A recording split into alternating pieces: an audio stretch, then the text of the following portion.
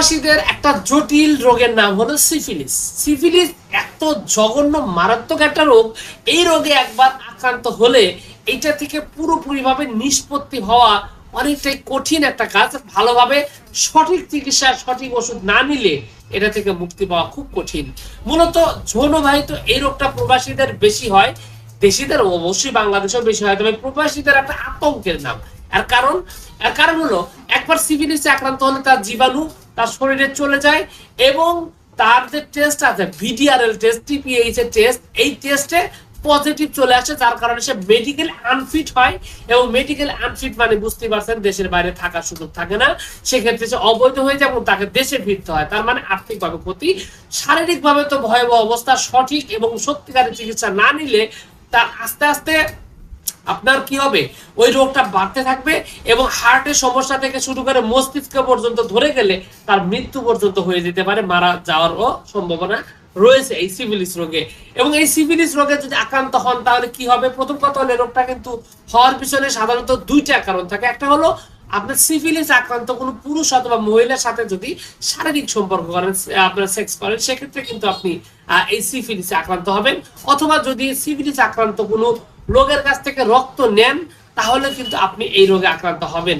তো যাই হোক, এখন বিষয়টা হলো যে এই রোগে আক্রান্ত হওয়ার পরে আপনার মধ্যে কিন্তু কিছু লক্ষণ দেখা দিবে। যেমন আপনার একটা হবে ঘন ঘন প্রস্রাব হবে, আর একটা হলো যে শরীরের বিশেষ করে গোপন অঙ্গে একটা ক্ষত তৈরি হবে, মটর দানার মতো একটা আপনার একটা গোটা হবে, এটা ফেটে যায়, ফেটে ভিতর থেকে পুজ, অনবরত পুজ আসতে থাকে এবং এই ঘাটা শুকাই না। এছাড়াও ঘন ঘন প্রস্রাবে জ্বালা পোড়া, শরীরের জ্বর, এই ধরনের লক্ষণে কিন্তু আসতে থাকে এবং অনেকগুলো সমস্যা কিন্তু দেখা যায়। ক্ষত তৈরি হয়, ক্ষত থেকেই মূলত বোঝা যায় যে এটা সিফিলিস কিনা। তো এই সিফিলিস রোগে যখন আপনি আক্রান্ত হবেন তাহলে আপনার কি হবে? আপনি তো বিদেশে আনফিট হবেন, এটা তো স্বাভাবিক। সেই সাথে আপনার যে বিষয়টা ব্লাডে মিশে গেলে আপনার নানান রোগে আক্রান্ত হবেন এবং আপনার একটা ইনফেকশন তৈরি হবে। ফুসফুসে অনেক ক্ষেত্রে ইনফেকশন হয়, ব্রেইনে যখন ইনফেকশন হয় সে তো মারা যাবেই। এবং সেই সাথে তার আরো যে সমস্যাটা হয় সেটা হলো যে তার যৌন শক্তি কমে যায়, অনেক ক্ষেত্রে স্থায়ীভাবে বন্ধাত্ব, মানে পুরুষ মানুষ বা মেয়ে মানুষ হলে তার বাচ্চা জন্ম দিতে পারে না, বাচ্চা জন্মদানের সক্ষমতা হারিয়ে যায়। তো এই ধরনের সমস্যা দেখা দেয়। সুতরাং এখানে বিষয়টা হলো যদি আপনি প্রবাসে থেকে এই রোগে আক্রান্ত হন, প্রথম কথা হলো যে আসলে অ্যান্টিবায়োটিক বা আপনার এই যে ইনজেকশন গুলো আছে এগুলো সাময়িকভাবে কিছু সময়ের জন্য আপনার রোগটা থামিয়ে রাখে, কিন্তু আপনি যদি পুরোপুরিভাবে রোগটা নির্মূল করতে চান সেক্ষেত্রে অবশ্যই হোমিও প্লাস আয়ুর্বেদিকের সঠিক চিকিৎসা নিলে এটা পুরোপুরিভাবে জীবাণু থেকে নির্মূল হওয়া সম্ভব, একেবারে নির্মূল হওয়া সম্ভব এবং আপনি সুস্থ হওয়া সম্ভব।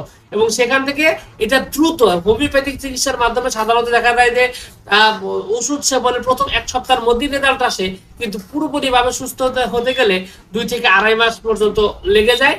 তবে এটা অবশ্যই পুরোপুরিভাবে সমাধান হয় এবং এটা খুব ভালো রকমের ওষুধ কিন্তু হোমিওপ্যাথিতে রয়েছে এবং প্রকৃত অনেকগুলো ওষুধ রয়েছে। রোগের অবস্থা, কন্ডিশন, রোগের লক্ষণ, এই সমস্ত বিষয়গুলো যদি আপনি বিচার বিশ্লেষণ করে হোমিওপ্যাথিতে সঠিক ওষুধটি যদি আপনি সেবন করেন তাহলে দেখবেন যে আপনার এই সিফিলিসটি আপনার থেকে বিদায় নিবে।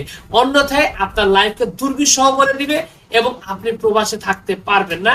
এবং আপনি যতগুলো লোকের সাথে, এমনকি আপনার স্ত্রীর সাথে শারীরিক সম্পর্ক করলে সে এই রোগে আক্রান্ত হবে। শুধু তাই না, আপনাদের দ্বারা উৎপাদিত বাচ্চারাও দেখা যাবে যে বিভিন্ন ক্রনিক ডিজিজে আক্রান্ত হবে। যেমন আপনার হাঁপানি রোগে আক্রান্ত হবে আপনার বাচ্চারা, সে কখনই ভালো হবে না।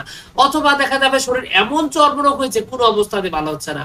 অথবা বাচ্চা বিকলাঙ্গ, মানে প্রতিবন্ধী বাচ্চা হওয়ার একটা সম্ভাবনা কিন্তু আছে। তো এই সিফিলিস এত জঘন্য নিকৃষ্ট একটা রোগ, এই রোগে আক্রান্ত হওয়ার সাথে সাথে আপনার উচিত হবে সত্যিকারের প্রকৃত যে চিকিৎসা সেটা নিয়ে রোগটাকে পুরোপুরিভাবে নির্মূল করা এবং একেবারে পুরোপুরিভাবে সুস্থ হওয়া।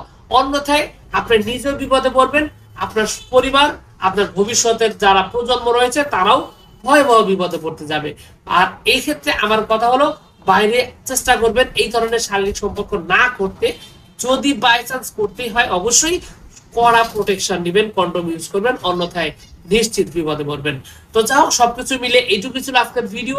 আশা করছি পুরো তথ্যগুলো আপনার সাথে আপনি বুঝতে পেরেছেন। আর যদি বুঝতে পেরে থাকেন অবশ্যই ভিডিওটিতে একটা লাইক দিন। আর চ্যানেলে যদি প্রথমবার এসে থাকেন অবশ্যই চ্যানেলটি সাবস্ক্রাইব করবেন। কোনো প্রশ্ন, কোনো মতামত, কোনো অভিযোগ থাকলে সরাসরি কমেন্টস করে জানাতে পারেন। তো ভিউয়ার্স, আপনাদের সকলকে অনেক অনেক ধন্যবাদ। আসসালামু আলাইকুম ওয়া রাহমাতুল্লাহ।